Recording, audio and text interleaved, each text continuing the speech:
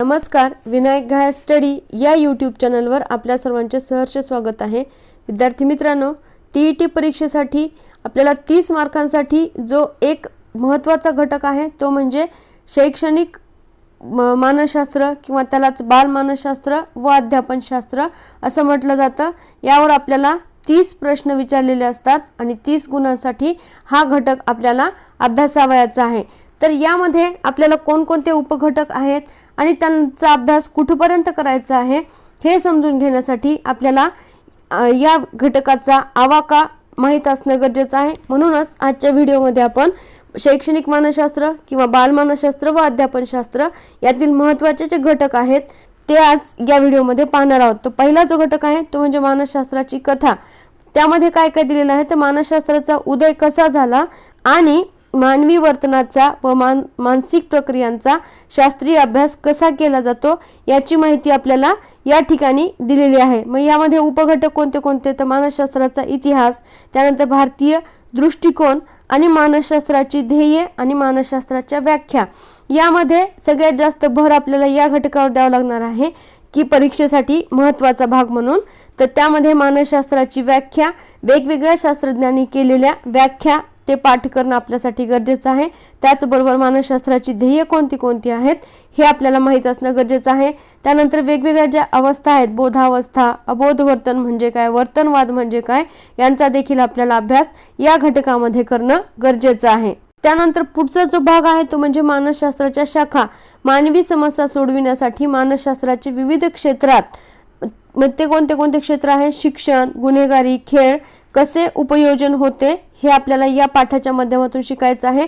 आणि यावर आपल्याला परीक्षेमध्ये वेगवेगळे प्रश्न येतात म्हणजे मानसशास्त्राच्या ज्या शाखा आहेत, सैद्धांतिक शाखा आणि उपयोजित शाखा, या शाखांवरती आपल्याला प्रश्न विचारले जातात। त्यामध्ये मग वैकसिक मानसशास्त्र म्हणजे काय, मग बाल मानसशास्त्र, सामाजिक मानसशास्त्र म्हणजे काय, बोधात्मक, प्रायोगिक, शैक्षणिक मानसशास्त्र म्हणजे काय, त्यानंतर चिकित्सा, समुपदेशन, गुन्हेगारी, क्रीडा या प्रकारच्या घटकांवरती आपल्याला परीक्षेमध्ये प्रश्न विचारले जातात। जसे की खेळाडूंना तणावाखाली संयम राखण्यासाठी क्रीडा मानसशास्त्रज्ञ मार्गदर्शन करतात। या ठिकाणी क्रीडा आणि मानसशास्त्र यांचा या दोन वेगवेगळ्या शाखांचा समन्वय या प्रश्नामधून आपल्याला दिसतो किंवा या उदाहरणातून दिसतो। अशाच प्रकारे शिक्षणाशी संबंधित असणाऱ्या शैक्षणिक मानसशास्त्र म्हटलं जातं त्याला, आणि त्या शाखा एकमेकांशी कशा संबंधित आहेत आणि त्यांचा एकमेकांना कशा पद्धतीने फायदा होतो हे आपल्याला या घटकाच्या माध्यमातून अभ्यासायचं आहे आणि यावरच आधारित आपल्याला परीक्षेमध्ये प्रश्न देखील विचारलेले असतात। तिसरा घटक मानसशास्त्र एक विज्ञान शाखा। मानसशास्त्राला विज्ञानाचा दर्जा कसा मिळाला आणि वर्तनाचा अभ्यास करण्यासाठी कोणती वैज्ञानिक तंत्रे वापरली जातात। या ठिकाणी मानसशास्त्राला विज्ञानाचा दर्जा मिळाला। आता मानसशास्त्र एक विज्ञान म्हणून आपल्याला अभ्यासायचं आहे। त्याचबरोबर ते मानसशास्त्र जेव्हा वर्तनाचा अभ्यास करतं त्यावेळेला ते मानसिकतेचा अभ्यास करतं, म्हणजेच तो एक वेगळा घटक होतो। म्हणजेच विज्ञान आणि मानसशास्त्र यांचा एकमेकांशी काय संबंध आहे। त्यानंतर मग यामध्ये कोणते कोणते भाग आहेत, मानसशास्त्राचा इतिहास, त्याच्या अभ्यास पद्धती आणि तर्कसंगती म्हणजे काय। मग यामध्ये संरचनावाद आहे, कार्यवाद आहे, मनोविश्लेषणवाद आहे, प्रायोगिक आहे, त्यानंतर सर्वेक्षण, निरीक्षण, वृत्त इतिहास पद्धत, त्यानंतर तर्कसंगत व्यक्तीची वैशिष्ट्ये कोणती कोणती आहेत हे वैज्ञानिक दृष्टिकोनातून आपल्याला मानसशास्त्राचा अभ्यास या ठिकाणी करायचा आहे। त्यानंतर आपल्या परीक्षेसाठी अत्यंत महत्त्वाचा जे प्रकरण आहे मानवी विकास, त्यालाच वाढ व विकास असं देखील काही पुस्तकांमध्ये या धड्याचं नाव आहे, वाढ व विकास। तर यामध्ये काय आहे, गर्भधारणेपासून ते मृत्यूपर्यंत मानवाचा शारीरिक, मानसिक आणि भावनिक विकास कसा होतो आणि याच घटकावरती आपल्याला परीक्षेमध्ये जवळपास 2 ते 3 प्रश्न हमखास विचारले जातात। मग विकासाची वैशिष्ट्ये कोणती कोणती, विकासाच्या वेगवेगळ्या अवस्था कोणत्या कोणत्या, मग त्यामध्ये जन्मपूर्व अवस्थेपासून ते अर्भकावस्था, शैशवावस्था, बाल्यावस्था, कुमारावस्था, प्रौढावस्था, वृद्धावस्था आणि या वेगवेगळ्या अवस्थांमध्ये बालकांमध्ये होणारे शारीरिक, मानसिक आणि भावनिक बदल कोणते कोणते असतात, मग त्यांचं वय काय असतं, मग त्या अवस्थांची वैशिष्ट्ये कोणती कोणती असतात, त्या अवस्थेमध्ये त्या बालकांचं किंवा त्या मुलांचं किंवा त्या व्यक्तीचं वर्तन कशा प्रकारे असतं, ह्या सर्व बाबींवरती आपल्याला परीक्षेमध्ये प्रश्न विचारले जातात. यामध्ये पहिला जो प्रश्न असतो तो म्हणजे 0 ते 2 ही अवस्था कोणती असते. त्यामग आपल्याला अर्भकावस्था पर्याय दिलेले असतात. त्यानंतर जन्मपूर्व अवस्था असेल, किशोरावस्था असेल किंवा शैशवावस्था असेल. मग त्याचं योग्य उत्तर शोधून आपल्याला त्याचं उत्तर लिहायचं आहे. मग त्यामुळेच हा चॅप्टर आपल्या परीक्षेसाठी अत्यंत महत्त्वाचा आहे. त्यानंतर मग वाढ व विकास यामध्येच ज्या बालकांच्या अवस्था दिलेल्या असतात, मग या अवस्थांमध्ये वेगवेगळे बदल होतात. मग त्या बदलांवर देखील आपल्याला प्रश्न विचारले जातात. कुमारावस्थेत वेगाने होणारे शारीरिक व मानसिक बदल आणि ओळख शोधण्याची धडपड. परंतु अशा प्रकारे प्रश्न आपल्याला वेगवेगळ्या अवस्था आणि त्या अवस्थांची वैशिष्ट्ये कोणती कोणती आहेत, त्या अवस्थात असणारे शारीरिक, मानसिक आणि भावनिक बदल आणि त्यांचे गुण यावर आपल्याला हे परीक्षेमध्ये प्रश्न विचारलेले असतात. त्यानंतर पुढचा जो घटक आहे तो म्हणजे स्व. त्यालाच स्वची ओळख, क्षमता आणि भावना समजून घेऊन स्वचा विकास. या ठिकाणी महत्त्वाचा भाग म्हणजे स्वचा विकास कशा प्रकारे करून घेतला जातो. मग यामध्ये स्वसंकल्पना असेल, स्वनियमन असेल, कार्ल रॉजर्सचा स्वसिद्धांत असेल, यावरती आपल्याला प्रश्न विचारले जातात. त्यानंतर पुढचा घटक आपली चेतासंस्था. मानवी वर्तनावर मेंदू, चेतासंस्था आणि विविध ग्रंथींचा कसा थेट प्रभाव पडतो याचे वैज्ञानिक स्पष्टीकरण आपल्याला याच्या माध्यमातून या घटकामध्ये शिकायचं आहे. म्हणजे यामध्ये चेतासंस्था रचना, मेंदू आणि मज्जारज्जू, ग्रंथी, वेगवेगळ्या ग्रंथी, त्यानंतर चेतापेशी, चेतासंधी, मध्यवर्ती आणि सीमावर्ती चेतासंस्था म्हणजे काय, अंतःस्रावी ग्रंथी म्हणजे काय, या सगळ्या बाबी ज्या आहेत. म्हणजेच काय की आपल्याला मानसशास्त्र आणि विज्ञान यांचा संबंध जो दिलेला आहे, तर या पाठाच्या माध्यमातून तो व्यवस्थित पद्धतीने आपल्याला शिकायचा आहे. यावर देखील परीक्षेमध्ये एक प्रश्न विचारलेलाच असतो हमखास. त्यानंतर स्मृती. आपण माहिती कशी साठवतो, कशी आठवतो आणि विस्मरणाची कारणे काय आहेत, हा परीक्षेसाठी महत्त्वाचा घटक आहे. पहिला आहे वाढ व विकास, खूप महत्त्वाचा घटक आहे. त्यानंतर स्मृती हा देखील तेवढाच महत्त्वाचा आहे. त्यामध्ये स्मृतीच्या प्रक्रिया व त्याचे टप्पे, स्मृतीचे मापन कशा प्रकारे केले जाते, विस्मरण म्हणजे काय, स्मृती सुधार तंत्रे कोणती कोणती आहेत, हे सगळे घटक आपल्यासाठी खूप महत्त्वाचे आहेत. त्यानंतर हा देखील परीक्षेसाठी महत्त्वाचा घटक बुद्धिमत्ता व बुद्धिमत्तेचे विविध सिद्धांत. वेगवेगळ्या शास्त्रज्ञांनी सांगितलेले बुद्धिमत्तेचे विविध सिद्धांत, त्याचे मापन आणि दैनंदिन जीवनातील त्याचे उपयोग कशा प्रकारे केले जातात, हा एक भाग आहे. त्यानंतर बुद्धिमत्तेचे दृष्टिकोन, बुद्धिमत्ता मापन चाचण्या कोणत्या कोणत्या आहेत आणि त्या चाचण्यातून निघणारे निष्कर्ष कोणते कोणते आहेत, त्याचे आधुनिक प्रवाह कोणते कोणते आहेत. गार्डनर यांचा बहुविध बुद्धिमत्ता सिद्धांत हा देखील महत्त्वाचा आहे. भाषिक व अभाषिक चाचण्या कशा प्रकारे घेतल्या जातात, सामाजिक बुद्धिमत्ता म्हणजे काय, त्यानंतर भावनिक बुद्धिमत्ता आणि कृत्रिम बुद्धिमत्ता म्हणजे काय, यावर आपल्याला प्रश्न हमखास एक तरी विचारलेला असतो.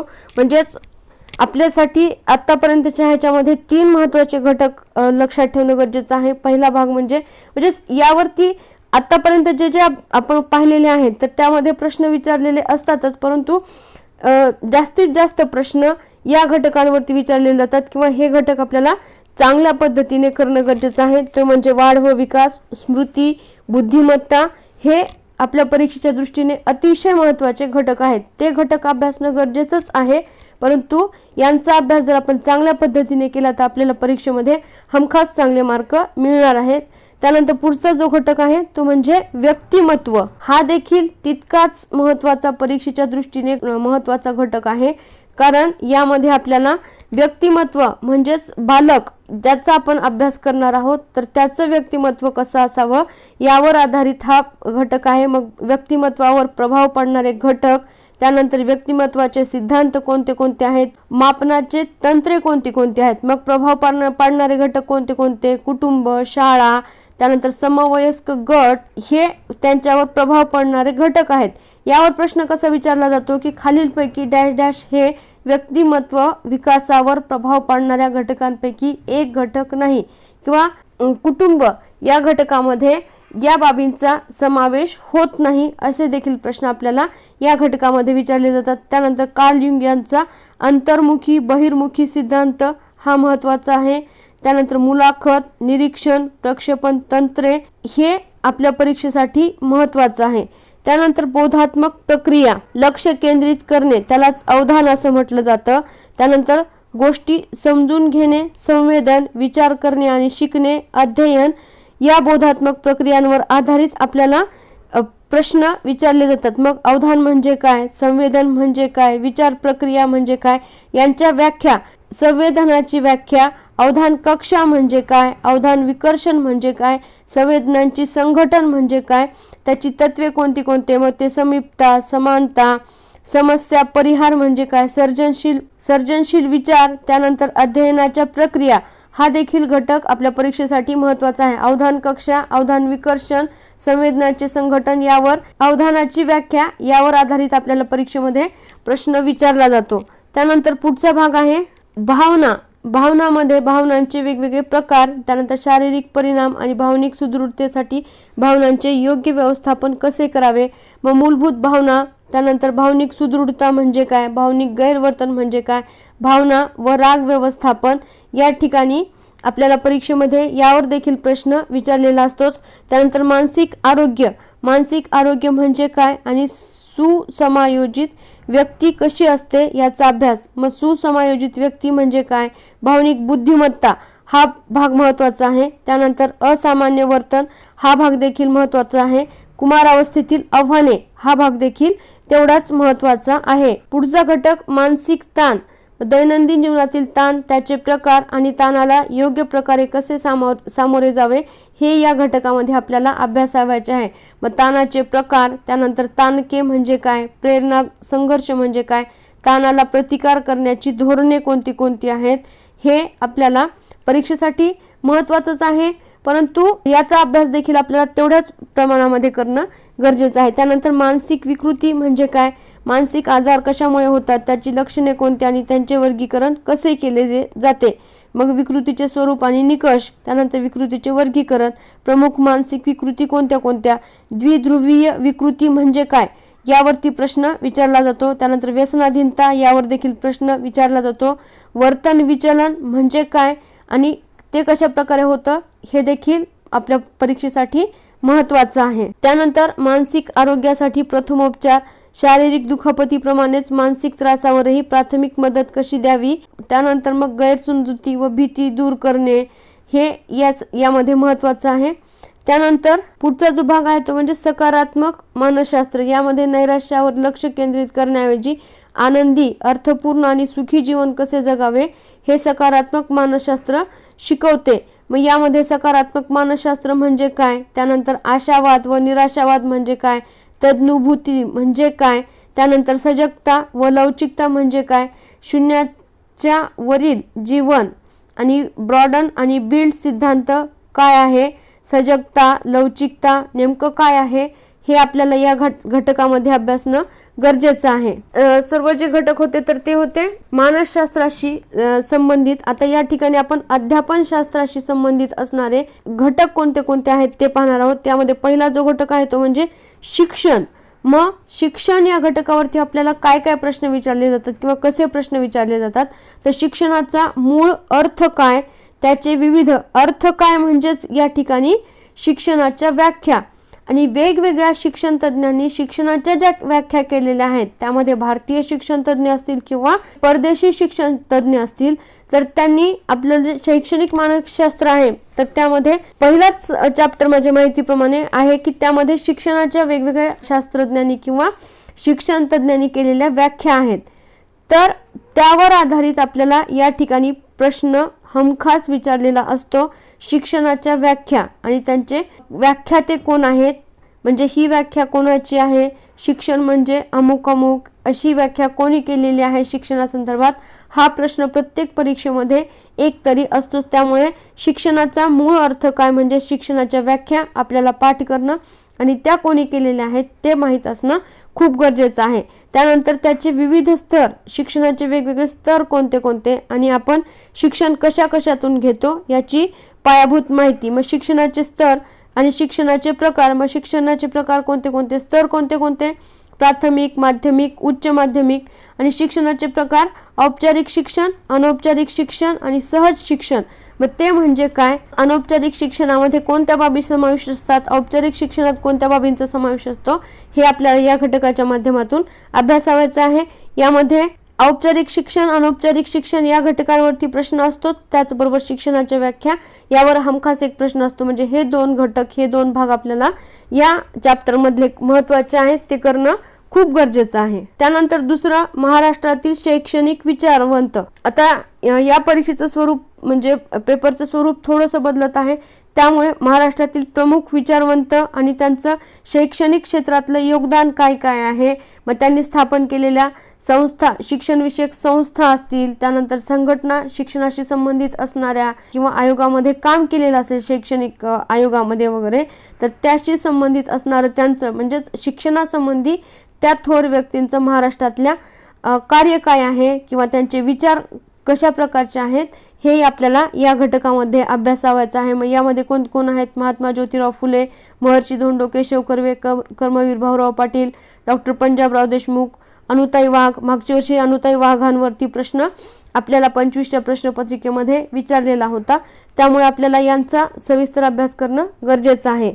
त्यानंतर पुढचा जो घटक आहे शिक्षण आणि समाज. समाज आणि शिक्षण एकमेकांशी कसा जवळचा संबंध आहे आणि समाजाच्या प्रगतीत शिक्षणाचे महत्त्व काय आहे. मग शैक्षणिक समाजशास्त्र म्हणजे काय, समाजात शिक्षणातील सहभाग, त्यानंतर बहुसांस्कृतिक शिक्षण म्हणजे काय, मग यामध्ये लोकसहभाग, अध्ययनशील समाज, स्वयंसेवी संस्था कोणत्या उद्योजकता, सामाजिक दायित्व कशा प्रकारचं आहे, या सर्व बाबी यामध्ये समाविष्ट असतात. पुढचा घटक आपल्या परीक्षेच्या दृष्टीने आणखीन एक महत्त्वाचं प्रकरण किंवा महत्त्वाचा घटक म्हणजे शैक्षणिक मानसशास्त्र. यामध्ये विद्यार्थ्यांच्या मनाचा, वर्तनाचा आणि विकासाचा शिक्षणाच्या दृष्टिकोनातून शास्त्रीय अभ्यास कसा करावा, यामध्ये शैक्षणिक मानसशास्त्र व त्याची व्याप्ती, त्याचबरोबर विकास प्रक्रिया आणि अवस्था, मग यामध्ये वाढ आणि विकास यातील फरक, जन्मपूर्वावस्था, शैशवावस्था, बाल्यावस्था, कुमारावस्था, त्यानंतर कुमारावस्थेतील मुलांमध्ये होणारे शारीरिक आणि मानसिक बदल, हा घटक आपण वर पण पाहिलेला होता. त्यामध्ये वाढ व विकास या उपघटकामध्ये पाहिला होता. त्याचबरोबर शैक्षणिक मानसशास्त्रामध्ये देखील सगळ्यात महत्त्वाचा भाग हाच आहे, यावर प्रश्न हमखास विचारला जातो. त्यानंतर शैक्षणिक व्यवस्थापन आणि प्रशासन, शैक्षणिक संस्था आणि शाळांचा कारभार सुरळीत चालवण्यासाठी योग्य व्यवस्थापन आणि प्रशासनाची कशी गरज असते, मग यामध्ये व्यवस्थापनाची तत्वे असतील, शैक्षणिक प्रशासन, मग यामध्ये जिल्हा तालुका स्तरापर्यंतचं हे असेल प्रशासन असेल. त्यानंतर हेनरी फेयल यांची व्यवस्थापनाची 14 तत्वे, गट शिक्षणाधिकारी व शिक्षण विस्तार अधिकारी यांची कार्य, बदलत्या परीक्षा पद्धतीनुसार यावरती आपल्याला प्रश्न येऊ शकतात. त्यामुळे यांचा देखील अभ्यास करणं आपल्यासाठी गरजेचं आहे. त्यानंतर अध्यापन शास्त्र, मग यामध्ये शिक्षकाने वर्गात परिणामकारक कसे शिकवावे आणि यासाठी अध्यापनाची तत्वे, सूत्रे आणि विविध पद्धतींची माहिती. आपण बीएडला ज्या मेथड घेतो, आपली पहिली मेथड आणि दुसरी मेथड, मग त्यामध्ये अध्यापनाच्या विविध पद्धतींची माहिती दिलेली असते.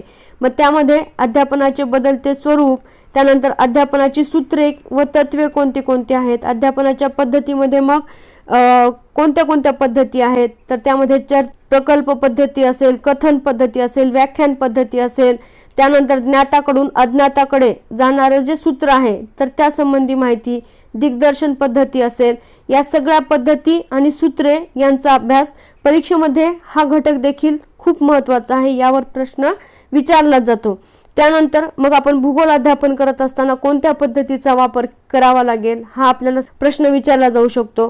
त्याचबरोबर मग नकाशा शिकवत असताना किंवा एखादा समजा भूगोलाचा प्रोजेक्ट करत असू तर त्यासंबंधी आपण कोणत्या अध्यापन पद्धतीचा वापर करू, असे प्रश्न आपल्याला या घटकावरती विचारलेले असतात. त्यानंतर शैक्षणिक संशोधन, शिक्षण क्षेत्रात येणाऱ्या नवनवीन समस्या सोडवण्यासाठी शास्त्रीय पद्धतीने कसा शोध घ्यावा, मग त्यामध्ये शैक्षणिक संशोधनाची गरज व वैशिष्ट्ये, त्यानंतर शैक्षणिक संशोधनाचे प्रकार, मूलभूत संशोधन, उपयोजित संशोधन, कृती संशोधन म्हणजे काय आणि त्यांचा आपल्याला मग शैक्षणिक संशोधनामध्ये कशा प्रकारे वापर केला जातो हे आपल्याला या घटकामध्ये अभ्यासावयाचं आहे. त्यानंतर पुढचा आहे शिक्षणातील नवप्रवाह, ई अध्ययन, आधुनिक तंत्रज्ञानाचा, इंटरनेट, कम्प्युटर शिक्षणात कसा वापर करायचा. मग हे जे आहे तर हा सुद्धा आता बदलत्या काळानुसार आपल्याला या घटकावर आपल्याला परीक्षेमध्ये प्रश्न विचारले जाऊ लागले आहेत. त्यामुळे यांचा देखील आपल्याला ई अध्ययन म्हणजेच ई लर्निंग म्हणजे काय, त्यानंतर ई आशय विकसन म्हणजे काय, यांचा अभ्यास आपल्याला परीक्षेमध्ये करणं गरजेचं आहे. म्हणजेच काय, ऑनलाईन साधने कोणती कोणती आहेत, वेबसाईट, ब्लॉग व ऑफलाईन साधने कोणती कोणती आहेत, तर त्यांचा आपल्याला शिक्षणामध्ये विद्यार्थी तंत्रस्नेही बनवण्यासाठी कशा प्रकारे वापर केला जाऊ शकतो याविषयी आपल्याला परीक्षेमध्ये प्रश्न विचारले जाऊ शकतात. त्यामुळे या घटकांचा देखील आपल्याला माहिती असणं गरजेचं आहे. त्यानंतर पुढचा घटक आहे भारतातील शैक्षणिक विचारवंत.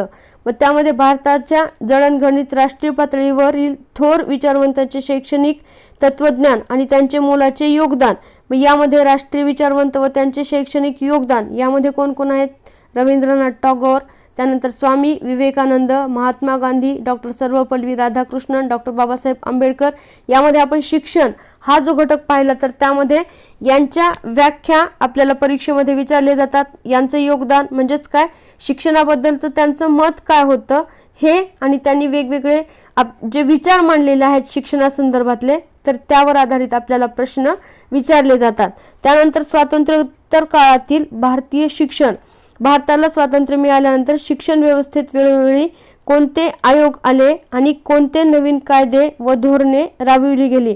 मग त्यामध्ये शिक्षण आयोग, त्यानंतर राष्ट्रीय शैक्षणिक धोरण, नवीन कायदे आणि आराखडे, विद्यापीठ शिक्षण आयोग असेल, कोठारी आयोग असेल, 1986चे राष्ट्रीय शैक्षणिक धोरण असेल किंवा राष्ट्रीय अभ्यासक्रम आराखडा असेल, त्यानंतर RTE कायदा या संदर्भात देखील आपल्याला प्रश्न परीक्षेमध्ये विचारले जाणारच आहेत. कारण हे देखील आपल्या परीक्षेसाठी शिक्षणशास्त्र म्हणजेच अध्यापनशास्त्र असल्यामुळे आपल्याला या घटकांवर देखील प्रश्न विचारले जाणार आहेत. त्यानंतर सामाजिककरण हा देखील परीक्षेसाठी महत्त्वाचा घटक आहे. त्यामध्ये विद्यार्थ्याला समाजाचा एक सुसंस्कृत आणि जबाबदार नागरिक बनवण्याची प्रक्रिया म्हणजे सामाजिकरण होय. मग सामाजिकरणाची संकल्पना काय आहे, सामाजिक परिवर्तन म्हणजे काय, समूह संपर्क माध्यमे कोणती कोणती आहेत, सामाजिक परिवर्तनात शिक्षकाची भूमिका कशी महत्त्वाची आहे, त्यानंतर मुद्रित माध्यमांची भूमिका म्हणजेच वृत्तपत्रांची भूमिका काय आहे, इलेक्ट्रॉनिक माध्यमांची भूमिका काय आहे आणि त्यांचे फायदे आणि तोटे या सर्व बाबींसाठी हा घटक अभ्यासणं गरजेचं आहे. हा घटक देखील परीक्षेमध्ये आपल्याला एक प्रश्न या घटकावरती हमखास विचारला जातो. त्यानंतर अध्ययन प्रक्रिया, मूल कसे शिकते, अध्ययन आणि शिकण्यावर कोणते घटक परिणाम करतात आणि शिकण्याच्या प्रक्रियेचे मानसशास्त्रीय सिद्धांत. यामध्ये अध्ययन संक्रमण म्हणजे काय, अध्ययनावर परिणाम करणारे घटक, धन, ऋण आणि शून्य संक्रमण, प्रयत्न, प्रमाद, उपपत्ती थॉर्नडाईक यांनी मांडलेली. त्यानंतर मर्म दृष्टीमूलक अध्ययन उपपत्ती हा घटक देखील आपल्याला अध्ययन प्रक्रिया जो घटक आहे हा देखील आपल्या परीक्षेच्या दृष्टीने अतिशय महत्त्वाचा आहे. कारण ह्या वेगवेगळ्या ज्या उपपत्ती आहेत, त्यानंतर धन, ऋण आणि शून्य संक्रमण म्हणजे काय, प्रयत्न, प्रमाद पद्धती म्हणजे काय, मग त्यांनी वेगवेगळ्या शास्त्रज्ञांनी केलेले प्रयोग काय आहेत, अध्ययन संक्रमण म्हणजे काय आणि अध्ययनावर परिणाम करणारे घटक या घटकावर देखील परीक्षेमध्ये 100% हमखास एक प्रश्न विचारलेला असतो. त्यामुळे हा घटक, हा सामाजिकरण घटक महत्त्वाचाच आहे. त्यानंतर अध्ययनाच्या उपपत्ती कोणकोणत्या आहेत महत्त्वाचं आहे. त्यानंतर शैक्षणिक व्यवस्थापन आणि प्रशासन, त्यामध्ये काय काय तर राज्य पातळीवरील शैक्षणिक प्रशासन कसे चालते आणि शाळेत शिक्षकाची वर्ग व्यवस्थापक म्हणून भूमिका किती महत्त्वाची आहे हे परीक्षेसाठी महत्त्वाचा आहे, वर्ग व्यवस्थापक म्हणून शिक्षकाची भूमिका, त्यानंतर राज्यस्तरीय प्रशासन आणि शैक्षणिक संस्था यांचं व्यवस्थापन कशा प्रकारे चालतं, मग यामध्ये उत्तम व्यवस्थापनाची वैशिष्ट्ये, त्यानंतर शिक्षण संचालक हे जे आहे तर यावरती आपल्याला परीक्षेमध्ये प्रश्न विचारला जाऊ शकतो. वर्ग व्यवस्थापक म्हणून शिक्षकाची भूमिका यामध्ये जास्त महत्त्वाची आहे. त्यानंतर अभ्यासक्रम आणि शैक्षणिक मूल्यमापन. शैक्षणिक मूल्यमापन हा भाग परीक्षेसाठी महत्त्वाचा आहे. अभ्यासक्रम विकसन तत्वे कोणती कोणती, सातत्यपूर्ण संकर्षण असेल, मूल्यमापन, परीक्षांचे प्रकार. आता या ठिकाणी परीक्षांचे प्रकारावरती आपल्याला प्रश्न विचारला जाऊ शकतो, कारण त्यामध्ये दीर्घोत्तरी प्रश्न म्हणजे काय, वस्तुनिष्ठ प्रश्न म्हणजे काय, लघुत्तरी प्रश्न म्हणजे प्रश्नांचे वेगवेगळे जे प्रकार आहेत, त्यानंतर परीक्षांचे प्रकार आहेत. मग त्यामध्ये मग प्रश्नांचे प्रकारामध्ये आपल्याला काय विचारलं जातं की कोणत्या प्रश्नांचे फायदे काय आहेत, कोणत्या प्रश्नांचे तोटे काय आहेत, हे सर्व आपण बीएडचा अभ्यास करत असताना शिकलेलो आहोत. त्यामुळे या घटकावर आपल्याला प्रश्न एक हमखास विचारलेला असतो. शैक्षणिक संशोधन पद्धती. शिक्षण क्षेत्रात संशोधन करण्यासाठी कोणत्या शास्त्रशुद्ध पद्धती आणि साधने वापरली जातात याची सविस्तर माहिती यामध्ये दिली. संशोधनाच्या पायऱ्या कोणत्या कोणत्या आहेत, संशोधन पद्धतीची माहिती आणि संकलनाची साधने कोणती कोणती आहेत. मग ऐतिहासिक असेल, वर्णनात्मक, त्यानंतर प्रायोगिक संशोधन, प्रश्नावलीच्या माध्यमातून, मुलाखत सूची, कसोटी, संपादन कसोट्या कशा प्रकारे तयार केल्या जातात हे यामध्ये आपल्याला अभ्यासायचं आहे. त्यानंतर शिक्षणातील नवप्रवाह. काळानुसार शिक्षणात आलेले नवनवीन विचार आणि आधुनिक दृष्टिकोन यांची ओळख या आपल्याला या घटकामध्ये करायचे आहे. त्यामध्ये सर्वसमावेशक शिक्षण, मुक्त शिक्षण म्हणजे काय, संमिश्र अध्ययन आणि महत्त्वाचं म्हणजे ज्ञानरचनावाद म्हणजे काय, मग दिव्यांगांसाठी शिक्षण, त्यानंतर ई लर्निंग आणि पारंपरिक शिक्षणाची सांगड कशा प्रकारे घातली जाते, कौशल्य आधारित शिक्षण म्हणजे काय, हे आपल्याला या घटकामध्ये अभ्यासायचं आहे. हा भाग देखील आपल्या परीक्षेसाठी महत्त्वाचा आहे, कारण शिक्षणामध्ये होत जाणारे बदल हे आपल्याला परीक्षेसाठी महत्त्वाचे आहेत, ते अभ्यासणं देखील गरजेचं आहे. अशा प्रकारे या वेगवेगळ्या घटकांच्या माध्यमातून आपल्याला बालमानसशास्त्र आणि अध्यापनशास्त्र याच्या 30 प्रश्नांचा अभ्यास करायचा आहे. यामध्ये महत्त्वाचे घटक कोणते कोणते आहेत, म्हणजे या सर्व घटकांचा अभ्यास आपल्याला करायचाच आहे, कारण या प्रत्येक घटकावरती 30 प्रश्न विचारलेले असल्यामुळे प्रत्येक घटकावरती एक प्रश्न विचारलेलाच असतो. परंतु थोडेसे समजायला किचकट असणारे जे आहेत तर अध्ययन उपपत्ती असतील, त्याचबरोबर वेगवेगळे वाढ व विकास असेल, त्यानंतर बुद्धिमत्ता, व्यक्तिमत्व, त्यानंतर स्मृती म्हणजे काय, हे घटक परीक्षेसाठी खूप महत्त्वाचे आहेत. या घटकांचा खूप चांगल्या प्रकारे अभ्यास करणं गरजेचं आहे. जर आपण हे घटक व्यवस्थित अभ्यासले तर आपल्याला जवळपास 25 गुणांपर्यंत या घटकामध्ये देखील आपल्याला मार्क मिळू शकतात. फक्त आपल्याला जी पुस्तकं आपण बीएड करत असताना शैक्षणिक मानसशास्त्र आपला जो दुसरा पेपर होता, तर त्या पेपरच्या माध्यमातून आपल्याला ती पुस्तकं जर उपलब्ध झाली तर ती बेसिक पुस्तकं वाचणं गरजेचं आहे, जेणेकरून आपल्याला जास्तीत जास्त गुण यामध्ये मिळू शकतात. आपल्या या चॅनलच्या माध्यमातून बालमानसशास्त्र असेल, मराठी, त्यानंतर इंग्रजी, तसेच सामाजिक शास्त्र आणि विज्ञान आणि पेपर 1 मधील घटक जे दिलेले आहेत आपल्याला परीक्षेमध्ये, तर त्या सर्वांच्या व्हिडिओ आपण या चॅनलच्या माध्यमातून करणार आहोत. त्याचबरोबर आपण टेस्ट सिरीज देखील आपल्या विनायक घाळे स्टडी नावाचं ॲप आहे त्यावर उपलब्ध करून दिलेले आहेत. त्याची लिंक आम्ही कॉमेंट बॉक्समध्ये दिलेली आहे, ती देखील तुम्ही पाहू शकता आणि त्या टेस्ट सिरीजसुद्धा जॉईन करू शकता. जर आपल्याला व्हिडिओ आवडला तर लाईक करा, शेअर करा, चॅनलला सबस्क्राईब केलं नसेल तर सबस्क्राईब करा आणि जर आपल्या काही सूचना असतील तर त्या मला कॉमेंट बॉक्समध्ये नक्की कळवा. धन्यवाद.